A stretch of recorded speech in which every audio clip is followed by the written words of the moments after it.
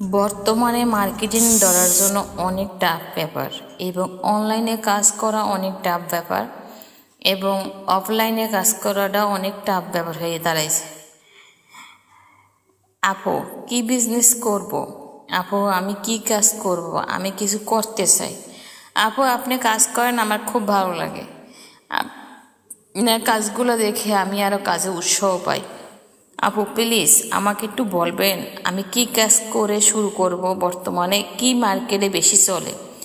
আপু অনলাইনে কাজটা কেমনি করা যায়?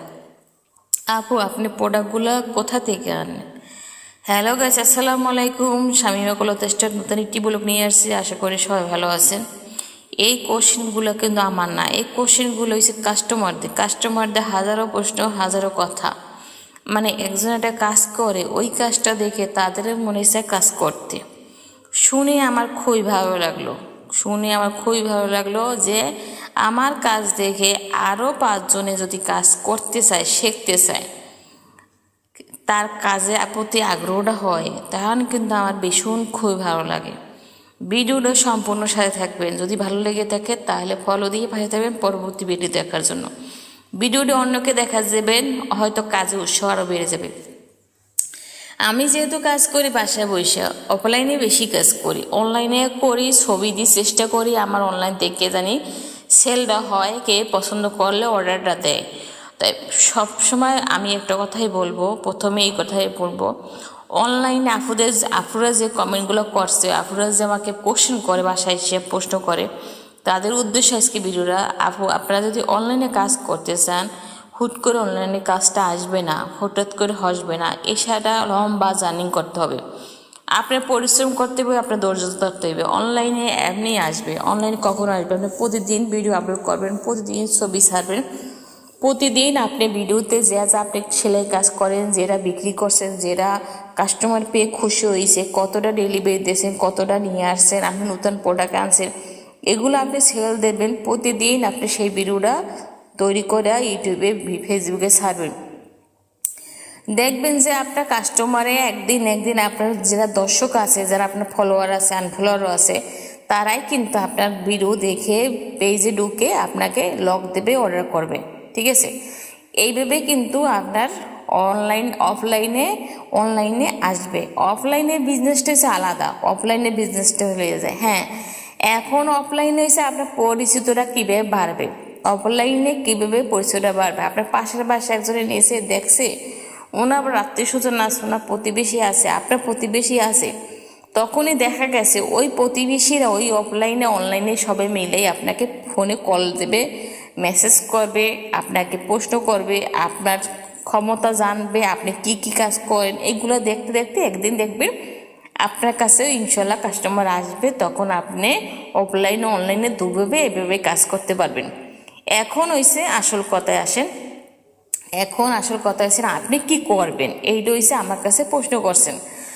আপনি কি বিজনেস করবেন? বর্তমানে এখন বাচ্চাদের ড্রেসগুলা বেশি ভাইরাল হয়। বড়রা কিন্তু অচরাচর বছরে 6টা 3 বছর পরে না, কিন্তু বর্তমানে কিন্তু বাচ্চাদের নিমা, বাচ্চাদের ফতুয়া, বাচ্চাদের ডামা, বাচ্চাদের টস, বাচ্চাদের সেরি কাপড়, জামা, সাদা কাপড়ে সেরি করা, কাজ করা, এমব্রয়ডারি করা বর্তমানে বেশিরভাগই ফেসবুকে একটা ভাইরাল। ভিডিও ছাড়লেই দেখা যায় বাচ্চাদের ফরক, বাচ্চাদের ডিজাইন দেওয়া জামা, এইগুলো নিয়ে কিন্তু আপনারা কাজ করতে পারেন। বাচ্চাদের জামা কিন্তু প্রতিদিনই বেচাকিনি হয়, বড়ও কিন্তু জামা কাপড় বেচাকিনি হয় না। আপনি 3 পিস আমি আনি দেখছি, এই বছর তো বছরও বেশি, কিন্তু বাচ্চাদের কাপড় চোপড় এই বছর তো 6 মাসও যায় না, যখন তখন বিক্রি হয়ে যায়।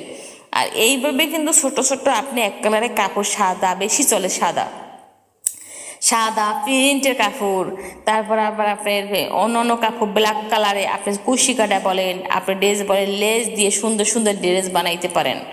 আমি আপনাদের কিছু ছবি দিয়ে দিয়েছি, ছবিগুলো দেখে দেখে আপনার সুন্দর সুন্দর ড্রেস বানাইতে পারেন, তারপর কিন্তু আপনি অনলাইনে অফলাইনে সেল করতে পারেন।